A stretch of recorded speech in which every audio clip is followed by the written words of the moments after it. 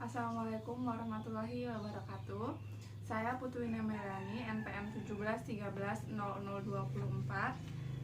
Kepada yang terhormat Bapak Mudaim selaku dosen pengampu studi kasus.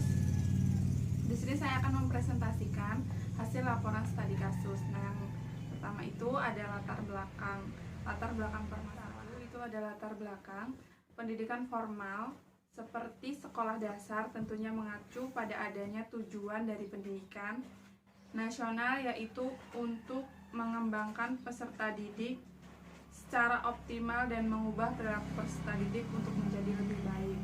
Nah, permasalahan yang telah terjadi di dalam kelas ialah menemukan peserta didik yang perlu dibantu psikologinya, serta mengetahui seperti apa psikologinya dan memberi bimbingan lebih untuk anak yang bermasalah tersebut. Nah, yaitu ada tujuan. Tujuan yang ingin dicapai dari kegiatan studi kasus ini adalah yang pertama, untuk memperoleh gambaran tentang pelaksanaan studi kasus kepada siswa. Yang kedua adalah untuk memenuhi tugas mata kuliah studi kasus. Selanjutnya ada lokasi dan waktu. Lokasi yang saya ambil itu ini kegiatan berlangsung di SD Negeri 4 Mataram Ilir yang beralamatkan di Kauman. Adalah waktu pelaksanaan studi kasus dilaksanakan selama 1 minggu berturut-turut, terhitung mulai dari tanggal 12 sampai 18 April 2020. Yang itu ada metode pengumpulan data. Dalam metode pengumpulan data, saya menggunakan metode pengumpulan data. Yang pertama, wawancara siswa dan wali kelas. Yang kedua, observasi tingkah laku siswa. Di sini ada penyajian data. Yang pertama itu adalah menggunakan wawancara dengan wali kelas. Hasil wawancara dengan pihak wali kelas. Di sini ada 3 siswa yang memang perlu untuk dibantu dalam proses belajar yang harus dirangkul dan tidak membeda-bedakan siswa lainnya. Yang kedua, wawancara dengan teman-teman sekelas. Ketiga anak ini di mata teman-temannya ialah AR, pendiam, dan acuh. Yang selanjutnya YP, pembuat onar, dan SR itu seringkali dijaili oleh teman-temannya. Yang ketiga adalah wawancara dengan siswa yang bersangkutan. Ketiga anak ini memiliki perilaku yang berbeda ketika diajak untuk wawancara. Seperti halnya AR, ia anak yang pendiam dan ia mengaku takut dan malu untuk melakukan sesuatu. YP, menurut penuturannya bahwa ia sering berkelahi karena sering diejek oleh temannya. Yang terakhir, SR hanya tersenyum dan mengangguk-angguk saja karena sikap dan perubahan-perubahan terkadang menjawab dengan lancar dan terkadang pula hanya diam. Selanjutnya yang kedua adalah observasi tingkah laku. Yang kita observasi di sini adalah sikap pada umumnya. Sikap AR pada saat guru bertanya dan menerima pendapat anak ini hanya diam. YP sering cerita saat guru menjelaskan, ribut dan mengganggu teman-temannya.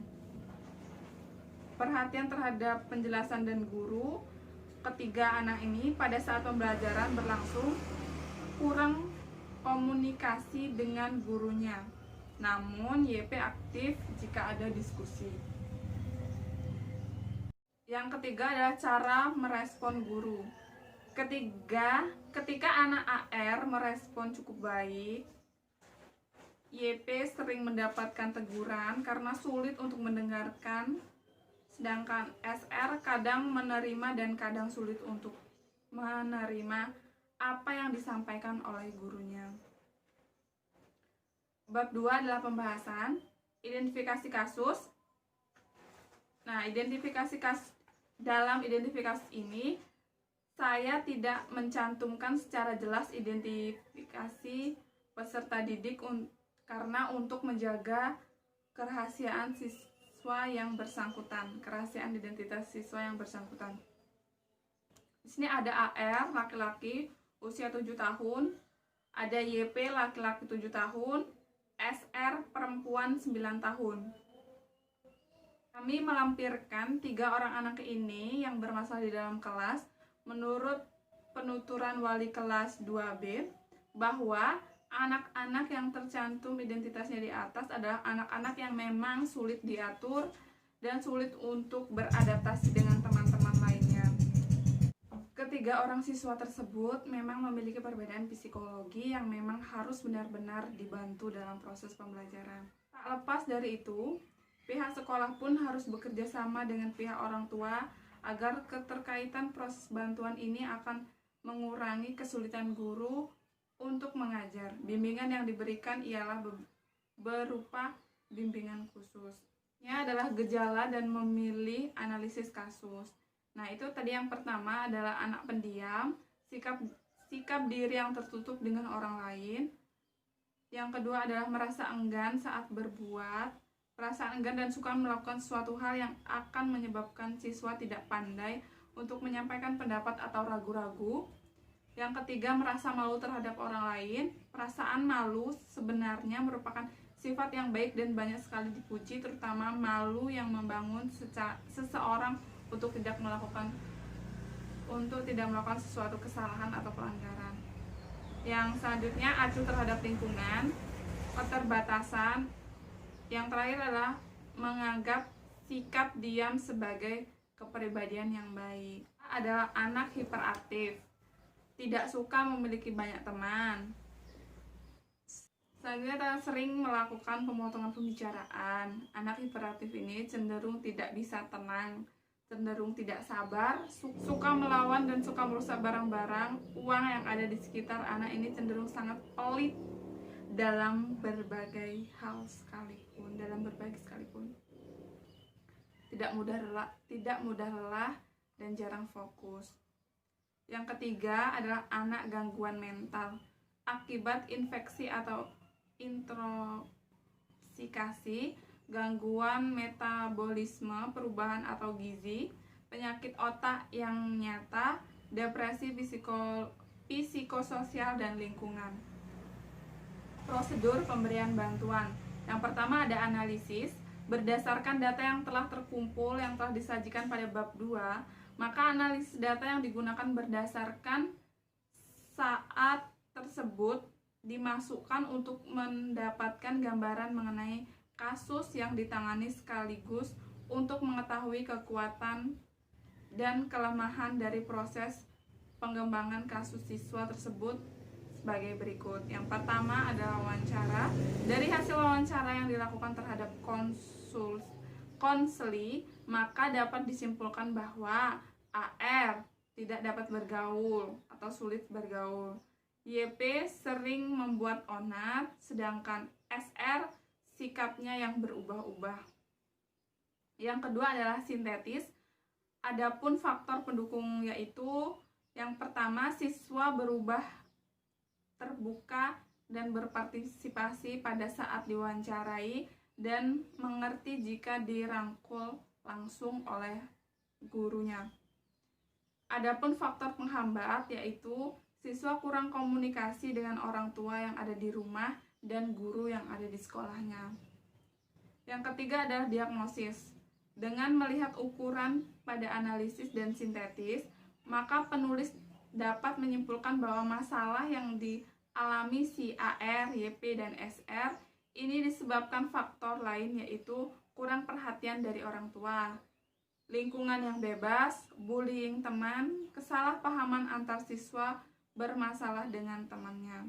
Ada prognosis. Dari hasil diagnosis di atas, maka rencana bantuan yang akan diberikan kepada siswa bermasalah yaitu bimbingan sosial. Yang kedua adalah nasihat dan motivasi yang harus menerus diberikan. Pemberian bantuan dan evaluasi. Pelaksanaan pemberian bantuan. Dalam usaha pemberian bantuan tentu dilaksanakan dengan tidak begitu saja. Oleh karena itu, perlu adanya perencanaan meskipun dalam pelaksanaan tidak semudah yang kita bayangkan. Yang pertama itu memberikan kata pancingan yang lebih dari satu.